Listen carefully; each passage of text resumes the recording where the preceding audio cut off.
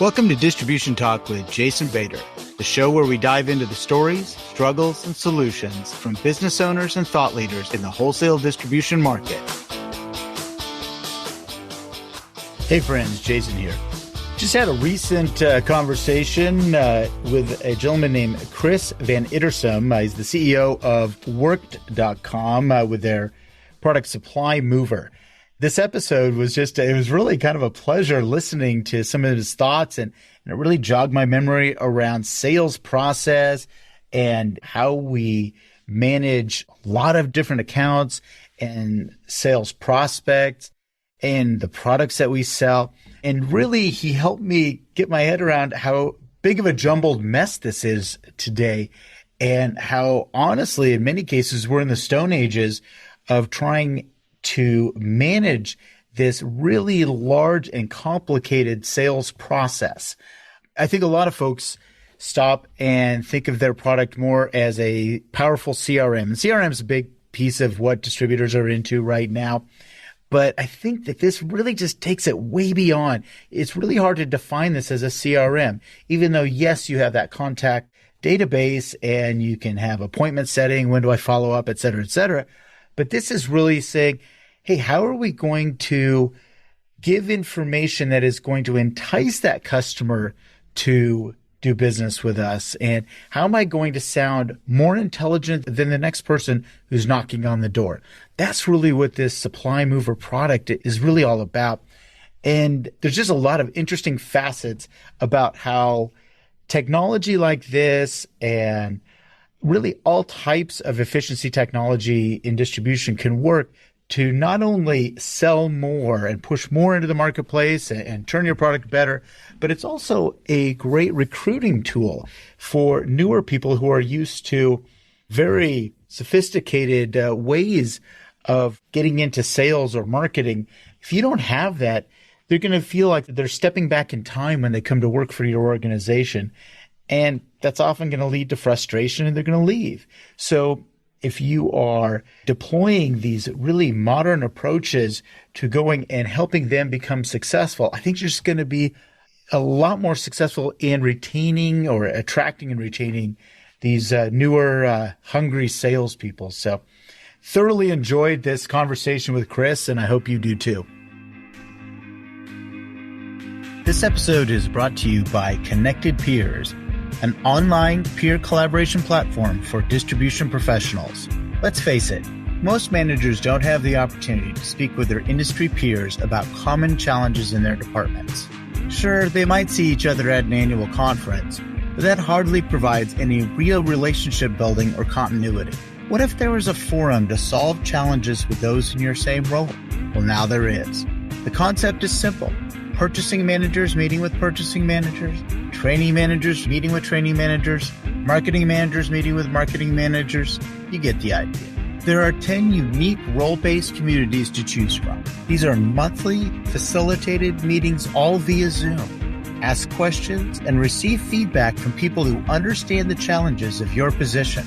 Isn't it time that you quit going it alone? To learn more and find your peers, visit us at www.connectedpeers.com.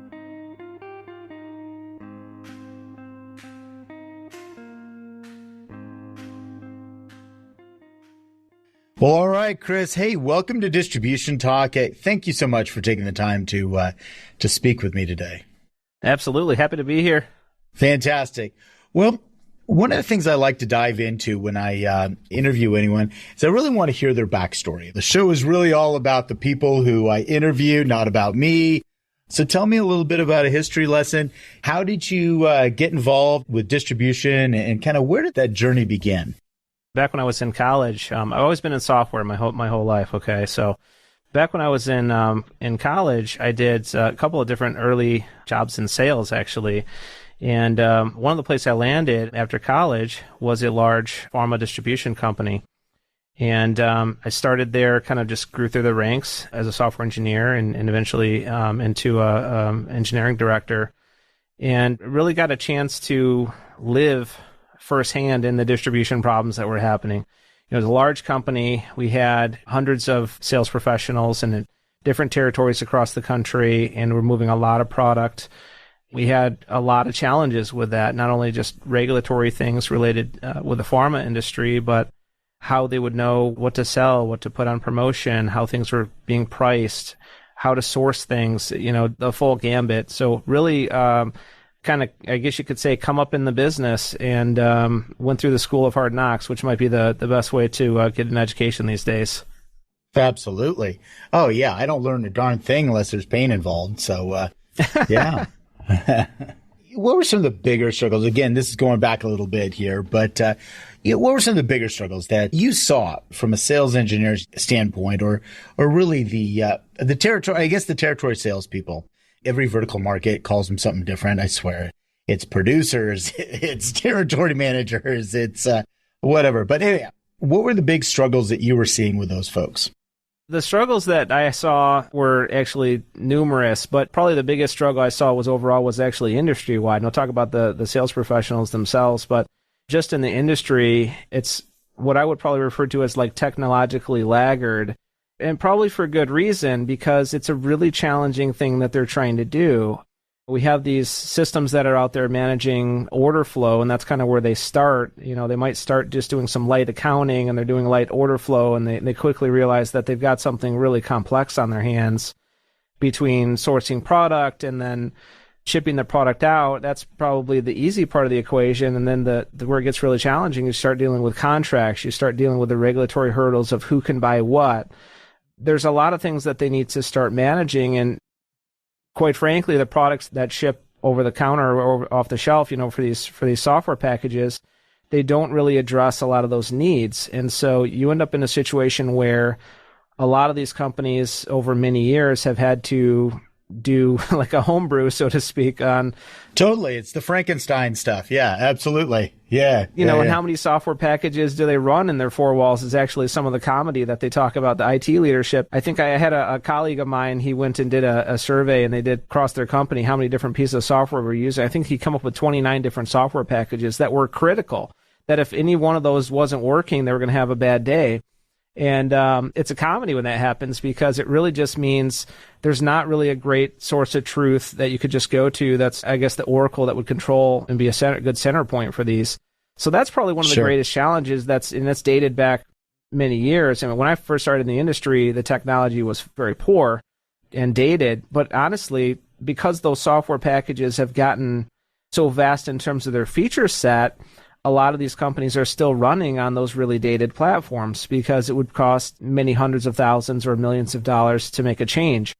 And yet now they're being faced with the challenge of the professionals that they're trying to hire coming out of college and coming out of school, and they're trained up on cloud technologies and a variety of platforms that are ready to go. And these guys know how all that stuff works. And then they try to plug those guys who are brand new to the industry into these old legacy systems, and they're getting a lot of opposition to that. And so what's happening is there's this sense of, if the company has more modernized ways of solving these problems, those sales professionals tend to gravitate towards that. And these technically laggard companies are struggling to keep new people coming in the door and keeping them happy.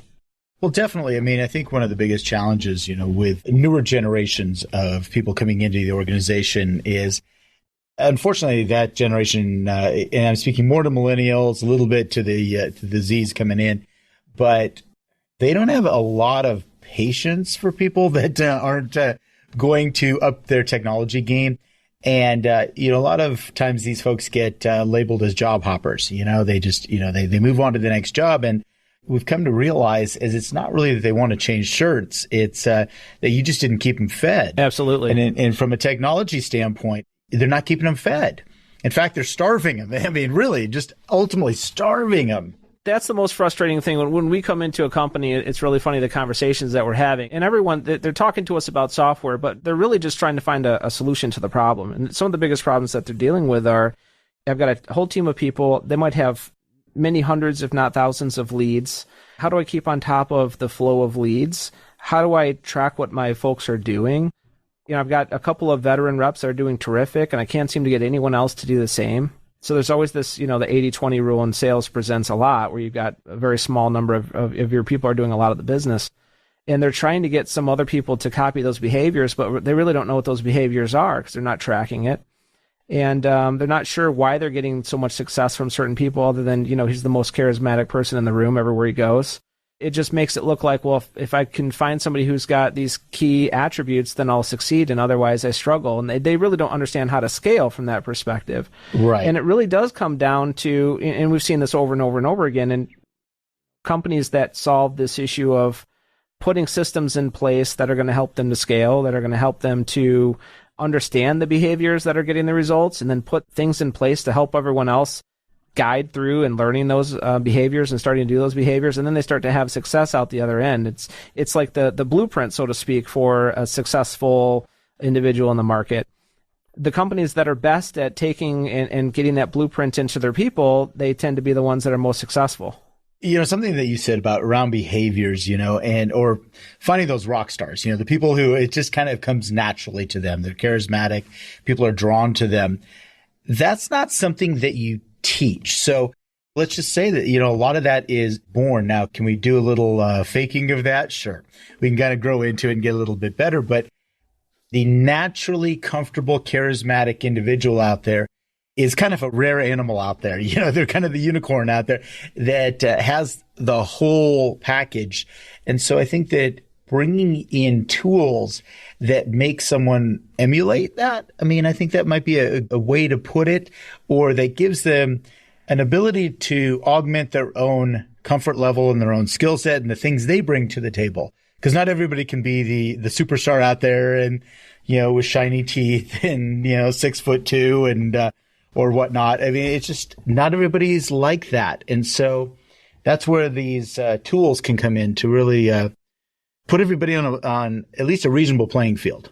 That's absolutely right. We see it time and time again that what they're trying to copy, they don't really understand. Some of the lesser mature companies, they don't necessarily understand why they're having the success they're having, and they're trying to scale and they're trying to grow. They'll get to, I think that magic number is somewhere around 5. They get to somewhere around 5 sales reps.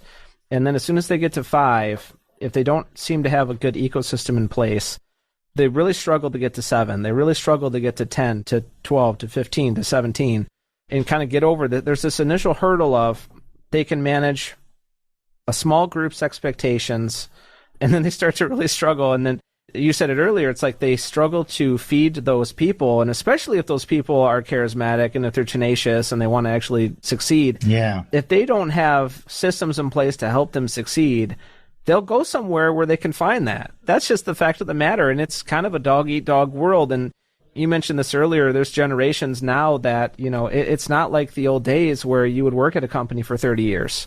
And, absolutely, now it's, they're chasing a couple $1 an hour raises. They're chasing a little bit more commission money. They're chasing better systems.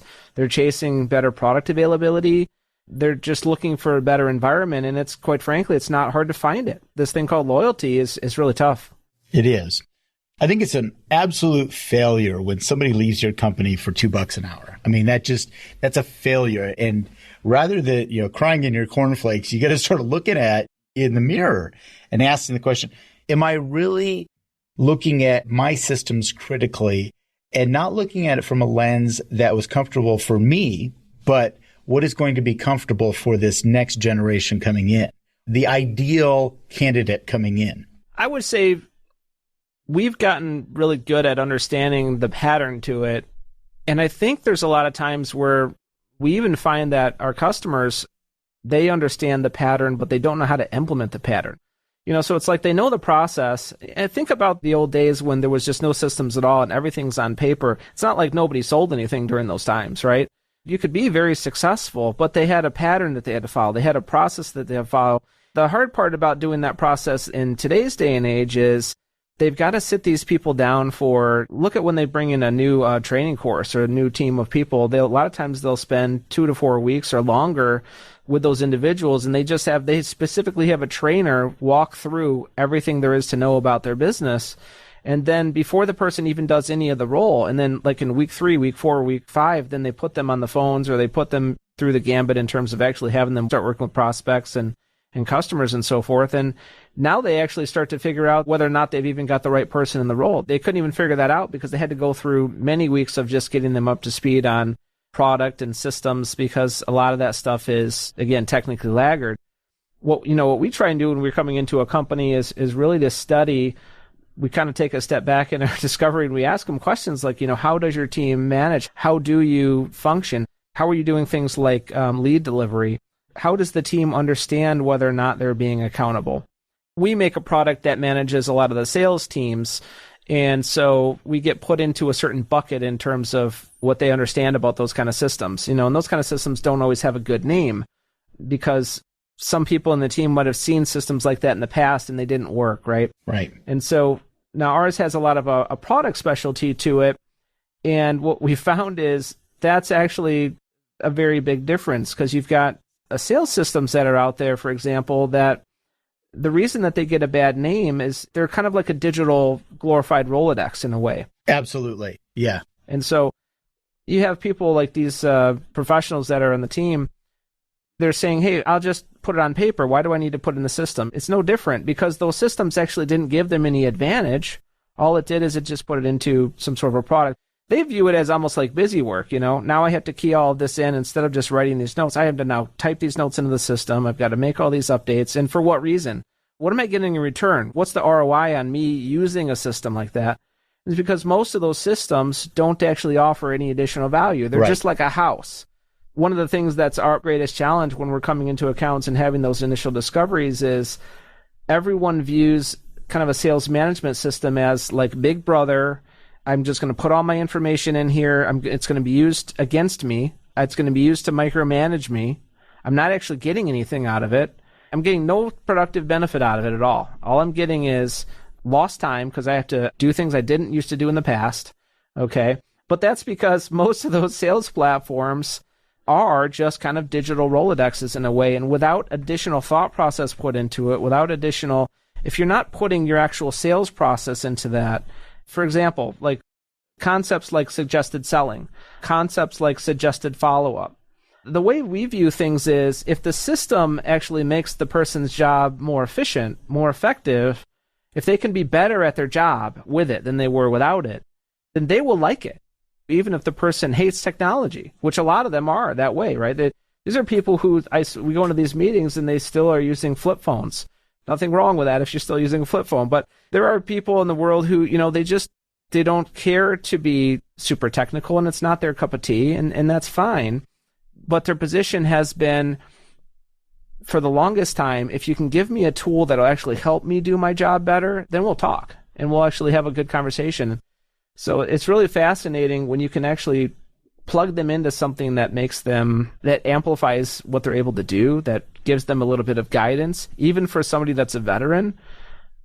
When we go back 2 months later, they'll say things like, I've been doing this job for 30 years, and I have no idea how I was doing this job before your system came in here. Like, if they were to take it from me right now, I would fight that tooth and nail.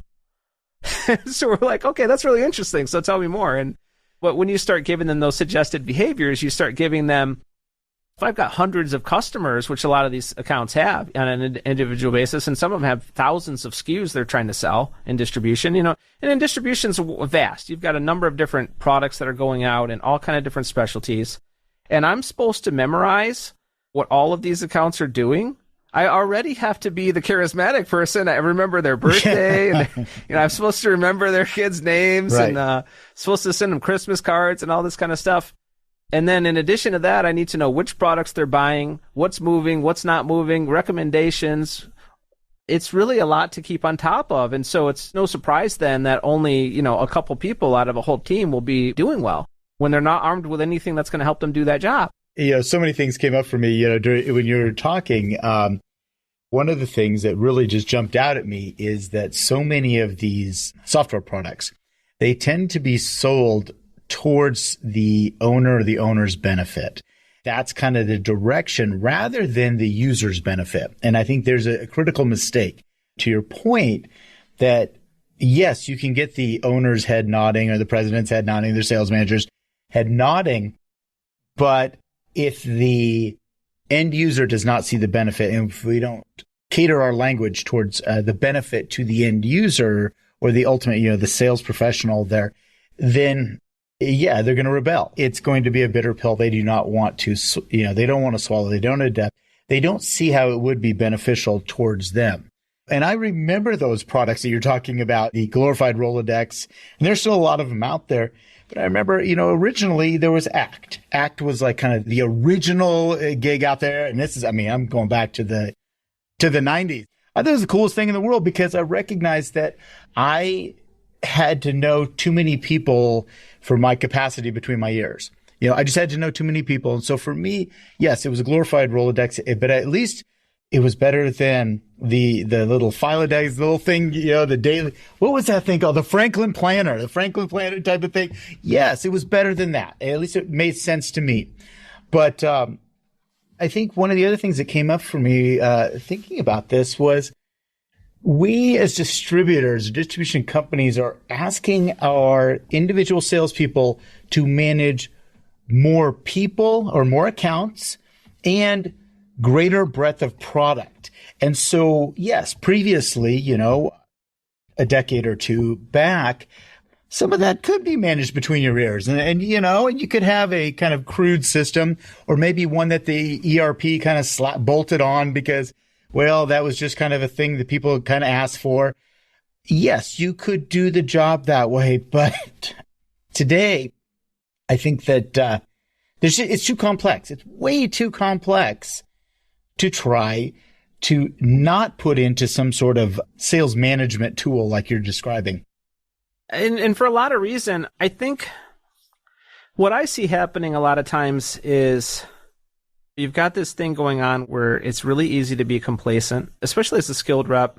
You build up a book of business and it's really easy to get complacent and just dialing the same accounts that you always dial or reaching out to the same folks that however you do that, whether it's over email, text, there's a lot of new, more modern ways of doing that. But it's really easy to sit back and take orders and kind of just focus on the customers that you have great relationships with. And you've got a certain amount of volume coming in and it's fairly predictable. There's another whole element of what your company is trying to accomplish, which probably has to do with deepening the relationship with each of those customers, right? Expanding the breadth of services that are being offered, right? Expanding those touch points into other accounts and other accounts that aren't getting called, other accounts that aren't getting, there's no outreach to because there's no incentive. Once I'm to a point, I'm hitting my numbers. How this works, right? They're hitting the expectations, so to speak. As soon as I've hit that bar, then I'm okay. And I'm going to just check out. Right. On the opposite side, you've got somebody who's brand new and they might throw that person a bone by giving them a few of those accounts to start off with, but they want them to be, hey, you're going to have to be in charge of going on and prospect and finding us new business. And then that person has the actual hard part of the job, which is trying to break down the door of somebody who's definitely not interested in having that conversation, right? Think about the calls that we get all day long. Think about the emails that the leadership at companies is getting all day long from offers that are coming in. And you're just one more name on that list, one more phone call, one more voicemail that was left, one more email that's in my inbox. It's so difficult. And I think that's maybe one of the big differences in today's age versus the previous is back in the day, how often did your phone ring and it was a telemarketer, or how often did you get an email from a salesperson? It was kind of few and far between. You could have back in the day, right, when people had landline phones, and that's all we had, you'd be really maybe upset if a telemarketer called in, but this happened once every, couple of weeks? At most. It wasn't. Sure. I'm now getting, and maybe you can relate to this, and a lot of the audience can probably relate to this, I'm getting dozens of those calls a day. Yeah. I mean, think about why they built that feature into our phones where it says it's probably, potential spam. potential spam. Go to voicemail, right? Just go to, because we love that. We don't want to talk to this guy. No offense, he's probably a nice guy. The job of having to do that is really, really frustrating. So what's changed so much is that if you do get one of those people on the phone, or if you do get somebody on an email responding to you, you better be ready, right? You better really know your stuff, and you better offer value, and it better be a good conversation, and you can't be the one who's just stumbling around, because this guy is going to hang up. The attention span is shorter probably than it's ever been, right? The amount of wiggle room that this person's going to let you to even get through any kind of a pitch or any kind of an overview is very, very short. So they've got to have really, really good job of targeting what they're going to go after. And there's got to be a certain amount of specialty in understanding what should I talk to this person about. And across my whole portfolio of products, what am I going to offer that's going to, get them encouraged to want to do something with me just on a prospecting basis? That job is so hard these days. It is. And then when they're kind of set in their ways and they've got their stable base and they just call for an order, our team talks about this all the time. It's a glorified order taker is all that is. Hey, I'm a friendly person. I'm going to call you every Monday, or I'm going to call you every day at 4:00, and maybe you'll give me an order. The reason that's going to happen is I'm going to call you and say, hey, what do you need from me today? Is that the kind of conversation that should be happening? Because I view this back to, if I'm going into my local grocery store, think about if that happened in reverse, right? Because distributors, they rely to some degree on their customers calling them and reaching out to them for the order, especially with things like, the prevalence of e-commerce these days as well. You can just go to your distributor and it's more of the customers asking the distributor for something. What if it was in reverse? And a lot of these distributors, especially when they're trying to prospect and get new accounts, they have to do outreach. Think about it in terms of what would happen if your grocery store had to call you and get an order from you instead of you went and browse their aisles. What would they talk to you about? And if we can really start framing the conversations that our product people are having with our customers based on really the things that the customer care about, they would have just a significant different degree of success. In my case, it would be, what type of bread do I buy? What type of fruits and vegetables am I always buying? What kind of canned goods am I buying? There's certain products, and I buy them on a regular basis because I'm a creature of habit, just like all of these vendors' customers are, right? So what's so frustrating is that of all the conversations we have with distributors, there are very few, maybe 2 or 3 companies out of hundreds of companies that we've talked to that have ever considered putting in front of their sales team anything that looks like the past product history of what their customers are buying as a paramount part of the conversation that person should be having. And the reason for that is there's no way for them to get that data in time for that call. And if you think about it, like you just said, that rep now has to manage, 50, 100, how many accounts, right? A lot. Yeah, absolutely. How much time can you spend on the phone when you've got to dial 80 numbers or whatever, and they've got a good productive call for them might be 5 minutes. So before every call I make, do I have enough time to pull, 49 reports from my order management system and do a pivot table in my spreadsheet and do some analytics and then sort and slice and dice? And by the way, I got to be a data scientist to do that, in addition to being charismatic, in addition to remembering all my SKUs and all my customers and all their names.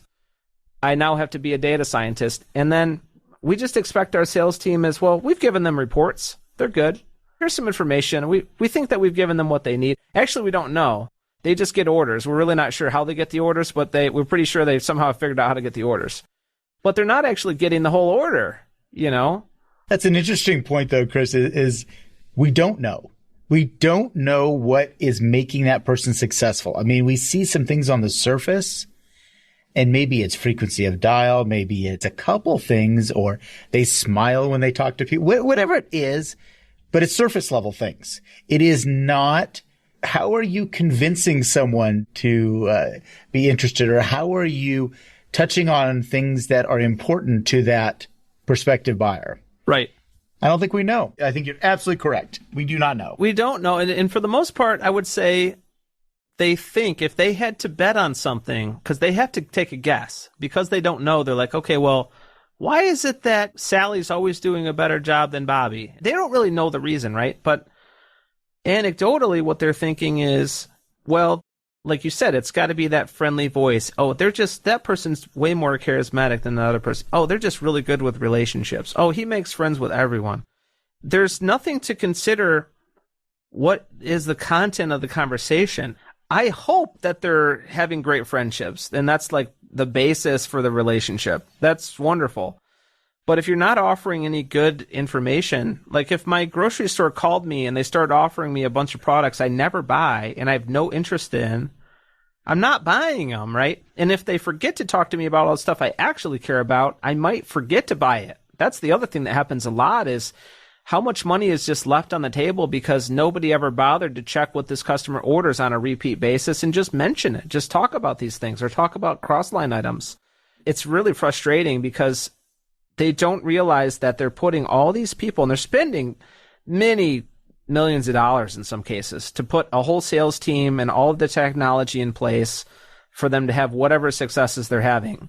And a lot of times it's like they feel good if they just found somebody that's got a friendly personality because they feel like that's going to be, you know, what's going to make the day for them. And they could really empower the entire team to be playing at a much higher level if they could find a way to give them information about each of the customers in a really timely way. Like, I'm thinking, if it's me, if I was going into a system, I've got to be able to pull up my customer record, and within like 10 to 15 seconds, I need to understand exactly everything about this customer that I care about. What are they buying from me? What did they used to buy that they stopped buying? What are some of the trends I'm seeing? I should be able to understand that because I'm about to have a conversation with this person, and other than being able to say, hey, do you have an order for me today? Which is not valuable.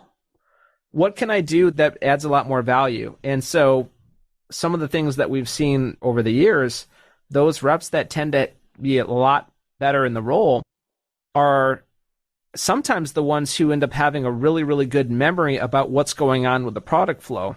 And you can't rely on Rain Man to be guiding your sales team. You know what I mean? It's just not everyone has that skill set. And as an owner, as a sales leader, you can't look to scale through, I need to have 50 more Rain Men. There's only so many of those on the planet.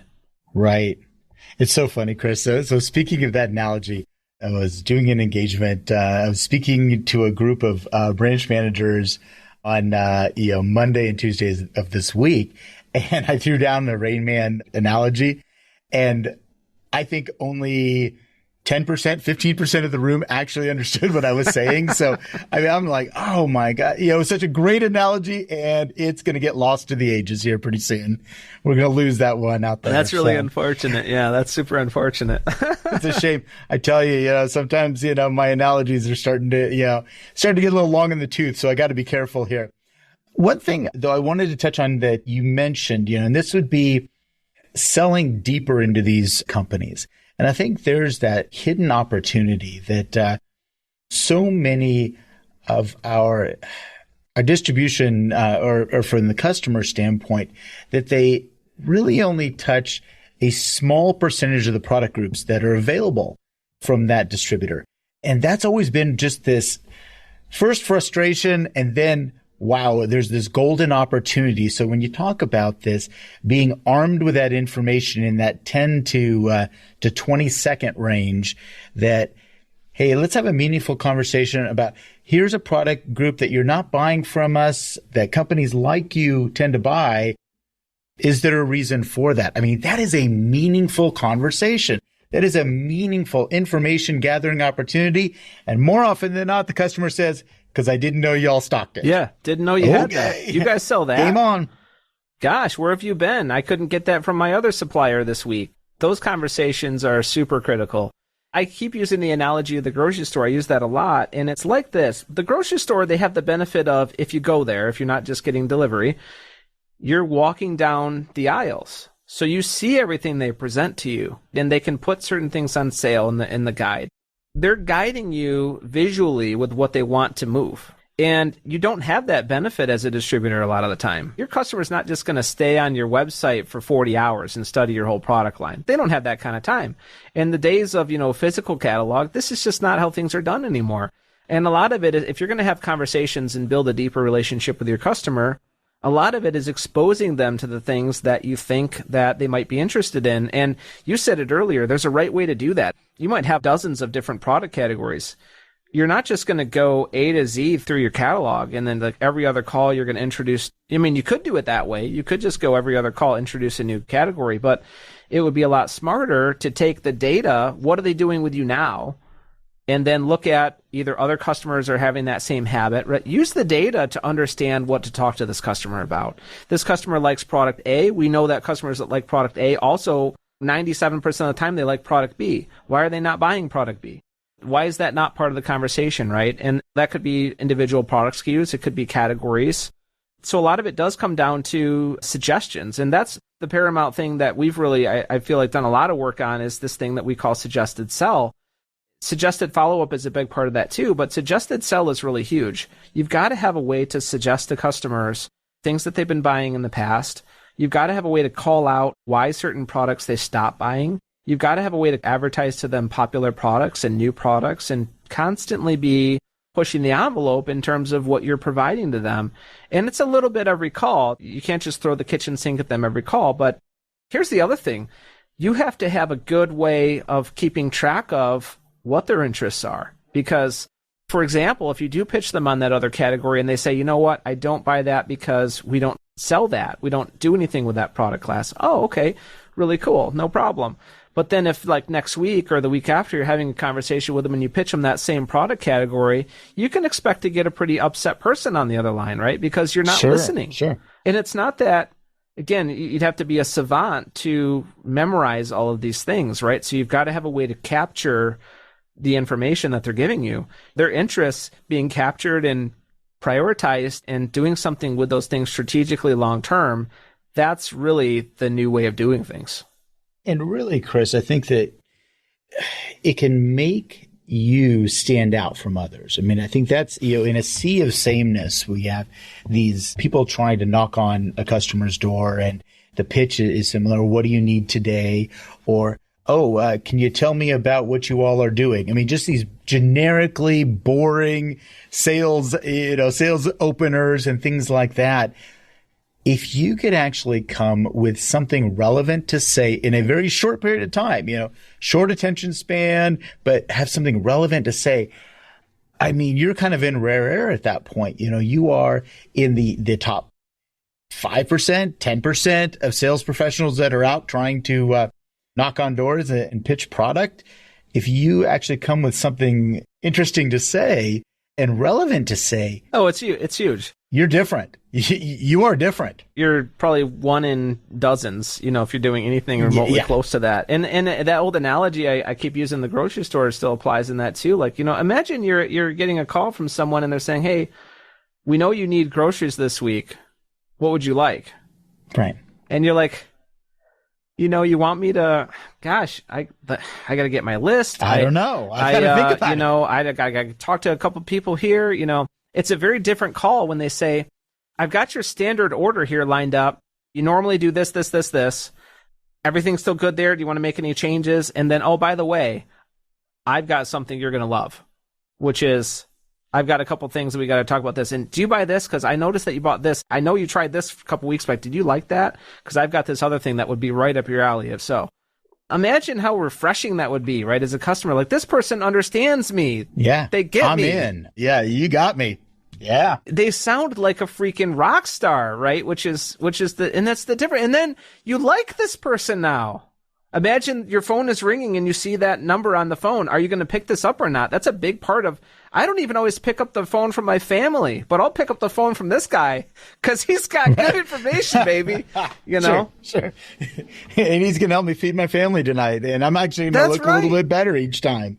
So, yeah, no, that makes a lot of sense, Chris. I mean, I think that kind of bringing this full circle is we kind of know where we want to be. You know what good kind of looks like, because from our own personal standpoint, what would we like the person on the other end of the phone to be? How would we like them to treat us? And how would we like them to understand us? And just, again, as just a plain consumer, how would we like to be?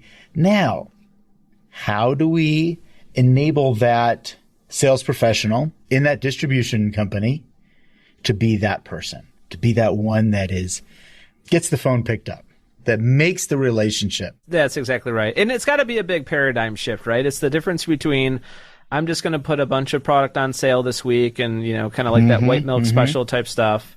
Think about the way that these companies do this, right? The stories I'm told all the time. How do you sell? What's the way that you break through to a new account? Well, we've got some special pricing on this, or we're the only one that stocks these two products. And it's like, okay, that's going to go so far, right? To the degree that somebody read your sale ad and they resonated with at least one, if not more things on there. And they're going to give you the time of day for that one or two products, right? But it's a very different thing when you can master what this person's likes and wants are and you become their advocate. It's a very, very different thing, especially when we talk about just growing your base, growing your current customers and deepening the relationship that you have with them. Your approach can't be, let me just talk to you about whatever's on promo right now. And let me see if I can dig through my last several invoices to see what I can pitch you on based on what you bought from me in the last 2 weeks. It's really got to be a little bit more thoughtful. The thing is, I think when we show these type of tools to our customers, it resonates with them immediately. I don't think it's that they don't want these things, right? I think part of it is they haven't necessarily solved the problem in terms of understanding that these are the things they need to know. But certainly, even if they did, it's more of a, do they have the technical prowess to pull it off? Do they have a way to interface with their systems to get all that information together in a timely manner, Or at the end of the day, I think that some people are blocked literally just based on their own understanding of the problem, which is like, I can't even understand how to solve that problem, which is they're thinking they've got to have 4 people running spreadsheets instead of 1. That's not it at all. I mean, they've got to have systems in place that do all of this just through automation. And there are systems that exist that do that. And we're here to raise our hand and say we're one of those, but that's just to know that you've got to solve these problems. If you don't solve these problems, then the industry is going to leave you behind, because that's where, not only is that where the rep wants to work, right? Imagine you're working at a company that provides you with all of this information, you're growing your base and you're having great relationships. Well, that's because your job is significantly easier than the next guy who doesn't have any of that information, and his task is to call and knock down everyone's door. And he's getting a lot of doors slammed in his face. But if I've got all that information, then all my customers love me. It's easy to work for a company like that, or certainly a lot easier than if I didn't have those tools. And so where do I want to work as a sales professional, right? And where do the customers want to shop? Of course they want to shop from that guy where they've got that great relationship and he knows them really well. And it's not that he knows when their birthday is. That's nice too. But that birthday card's going to happen once a year, We got 364 more days of selling besides that. Yeah, I've got to get value out of this relationship. I had a great conversation with someone recently. They had a product that they had been stocking. They've been selling hundreds of thousands of dollars in this one product. And all of a sudden, this product started to stock up on their shelves, and they weren't, why does this product stop moving? And they started running some reports and figuring out the customer that bought this product, there was one predominant customer that bought the product, stopped buying it. And guy's looking down at the list and he's like, this is a great customer of ours. Why did they stop buying this product? And he goes to the sales rep for that account and he says, hey, did you know that this happened? Go talk to them. And so they send him out. Guy goes to talk to the customer. Customer says, well, actually what happened is one day a guy walked in and he's got a similar part and he was doing it for $5 less. It's like a $400 part. Right. And so the guys knocked $5 off and he took the business from us. And he said, well, I knocked $5 off again and I got it back now. And the difference was hundreds of thousands of dollars. I mean, it was something like tens of thousands of dollars a month, just in this one part. And there was no way that anyone would have noticed that if it wasn't for the physical inventory stacking up around them. And that's just one story in such a long list of things that we can resolve with systems and processes that are just, hey, here's the things you need to care about right now. If you just had a list of these things, just go tackle this list. That's all you need. Yeah. And the system's telling you exactly, because all of it is based on really intuitive information flow. It's so interesting because a couple of things are coming to mind. It's like previous generations drilled in our head, that the 60-hour work week was a badge of honor and all of this stuff. And, people in my generation and younger, they say, that's just dumb. How about if we work smarter? I'm going to place a bet that in my 5 hours of smart work, I can beat your 10 hours of pounding the pavement. I'll bet I can do that. And I think that that's really where these tools come into play, is that they allow us to become so much more efficient, so much more relevant than we ever were in the past. Oh, absolutely. And I ask that question a lot because we go back after we work with a customer and we put some things in place. Hey, how have things changed? Talk to your team. Are they saving any time? Or, one of the guys told me, he says, my guys are saving 2 hours a day of just some of the busy work that they were doing. I'm like, oh, that's interesting. So I equate that to, 25% lift in productivity or something like that. But really, I know what it's like to do that job, and to have the tool and not have the tool. What it actually means is that person's it's really easy to go through the list. The list is all right in front of them. For each of the customers that are on that list, they know exactly what to do. And now they can just really focus on doing what they were charged with doing, which is managing that relationship, building the account, all of it is right there. All the opportunities are just right in front of them, and they're teed up. It's like they walk in and they just know exactly what to do. There's not as much back research to do because a lot of it is just being provided. And they set up the processes for that one time, and they can always continue to tweak and tailor those things. But they're getting a lot of value out of just it's like a paradigm shift. Once they've shifted, and then unfortunately, I've like permanently damaged these people from being able to come back to anything that doesn't have that. Like these people, they can only work for a company that has these tools. Which is good, but the other thing about that is that it creates loyalty. For that company, that person does not want to leave now. It's like, I've got amazing tools. My customers love me. I'm able to sell and grow accounts. I'm able to do this job easier. Nobody really wants the hard job, like the cold call. It's a tough thing, right? For anyone that's ever done cold call, I've done it. I've done it. It's a hard thing to do. It'll burn you out. It stresses you out. It's so frustrating. And so if you've just got a little bit easier ways of doing things, not to say you never have to handle any kind of cold prospect, you might still have to do that, but the rest of your day is filled with joy. And then it's like you said earlier, when you get on those calls, you've got a friendly voice. Well, why is that? Because I'm happy. Yeah. I'm empowered for success, which is a different thing than what a lot of these companies are experiencing currently. Great point. Yeah. Chris, I'm looking at the time here. We got to kind of wrap this up, but how does someone engage with your company? And I mean, give me an idea there. I know that you're doing, that you all attend different trade shows. In fact, I'm going to be seeing you here at the end of the month, end of next month. But typically, how does somebody engage with your company or find out more? Our main product is called SupplyMover. It's a sales enablement suite, but we're happy to help. This is one of the things that maybe makes us a different type of a company. There's no bean counters over here. We're very excited just to talk to people and spread ideas and help them grow and help them change and kind of help foster this difference in culture on the sales team and some of the processes. A lot of people aren't ready to make the plunge and fully swap out a system or get involved in that kind of stuff. And they just really want to get some information on how can I just move the needle a little bit tomorrow? So for anyone that wants to do that, reach out. A lot of ways to contact us through our website at supplymover.com. I believe info@supplymover.com is a great email address that you can use to contact our team. We've got a ton of different people here that do different things from solutions architecture to consulting, and they're happy to help. So if there's anything that they've got questions or concerns on how to implement these kind of solutions, that's kind of really actually we're very happy to do that because I feel like for every company that we have that kind of an interaction with, we leave behind this positive trail of, now they've changed their behaviors and we know what that's going to do for them. And we've watched them revitalize their staff and their team and their company's name and image in the market. So we're really excited to be able to do that for folks. Well, I'm excited to see the progress. This is something I've seen for a lot of years. The inefficient sales methodology, the trudging, and the burnout. I think tools like this are really what breathe new life into maybe legacy companies. So I'm very excited to see where you all are going with this thing. And I'm also very excited to run into you next month and chat a little bit. But thank you so much for coming on. I truly appreciate it and look forward to when our paths cross. Absolutely, Jason. Thanks for having me on. Great to be with you, and I look forward to doing this again soon. Great. Thank you. Thank you for listening.